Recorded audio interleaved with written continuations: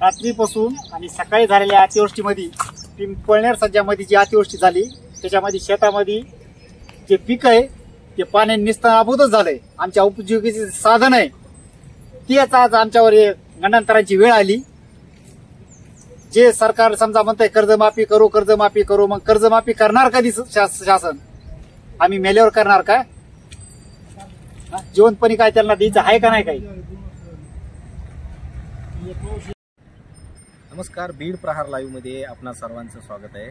आपण पाहू शकता की रात्री झालेल्या मुसळधार पावसामुळे आणि सकाळी झालेल्या मुसळधार पावसामुळे अशा पद्धतीने झालेले ते आपण पाहू शकता की शेतामध्ये जे आहे ते मोठ्या प्रमाणात पाणी या ठिकाणी साठलेलं आहे आणि त्यामुळे शेतकऱ्यांच्या हातातोंडाशी आलेला जो घास आहे तो घास हा हिरावून नेला जात आहे असंच म्हणावं लागेल। कारण सध्या जी परिस्थिती आहे ते जे या ठिकाणी जे आहे कापसाचं जे पीक आहे ते चांगल्या प्रमाणात आलेलं होतं, परंतु रात्री झालेल्या पावसाने आणि सकाळी झालेल्या पावसामुळे ही जी पीक आहे ते पीक पूर्णतः पाण्यात गेलेलं आहे। त्यामुळे शेतकऱ्याचं जे नुकसान आहे ते मोठ्या प्रमाणात शेतकऱ्याचं नुकसान झालेलं आहे। शेतकऱ्याला या वर्षी देखील त्याच पद्धतीने शेतकऱ्याच्या मोठ्या प्रमाणात नुकसानीला कारणीभूत ठरणार आहे आणि त्यामुळे शासनाने तात्काळ या पिकाचे जे आहेत ते पंचनाम्याचा आता फार्स करण्यापेक्षा तात्काळ शेतकऱ्याला मदत ही देणं गरजेचं आहे।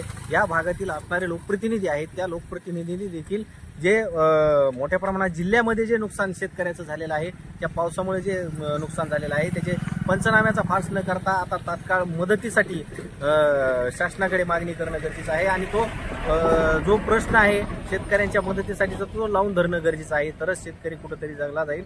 कारण शेतकऱ्याचं वर्षानुवर्षे शेतकऱ्यावर नवीन नवीन संकट उडवत आहेत आणि त्या संकटामुळे शेतकरी जो आहे ते खचून जात आहे आणि त्यामुळे आत्महत्यासारखे टोकाचे पाऊल हे उचलले जात आहेत। कारण अनेक शेतकऱ्याचे आहेत ते मुलं आहेत ते शिक्षण घेत आहेत, त्या शिक्षणासाठी लागणारा जो खर्च आहे तो अमाप आहे आणि त्यामुळे शेतकऱ्याचे या पिकातूनच त्या मुलांना खर्च करावा लागतो। परंतु हे या पद्धतीचं जर समजा असा खर्च जर नाही निघला तर त्या शेतकऱ्यांनी नेमकं मुलाबाळांना आपल्या शिकवायचं कसं आणि त्यांना जो लागणारा खर्च तो द्यायचा कुठून? कारण शेतकऱ्याच्या डोक्यावर अगोदरच गेल्या अनेक वर्षापासून कर्जाचा डोंगर कायम आहे आणि तो कर्जाचा डोंगर उतरवायचा असेल तर नेमकं आता सरकारने कर्जमाफीसारखा जो निर्णय आहे तो कर्जमाफीचा निर्णय आहे तो घेतला पाहिजे आणि तरच हे कुठंतरी शेतकरी आता जगला जाईल। कारण शेतकरी अगोदरच आर्थिक संकटात असताना पुन्हा अजून ही नैसर्गिक आपत्ती त्या शेतकऱ्यासमोर आलेली आहे।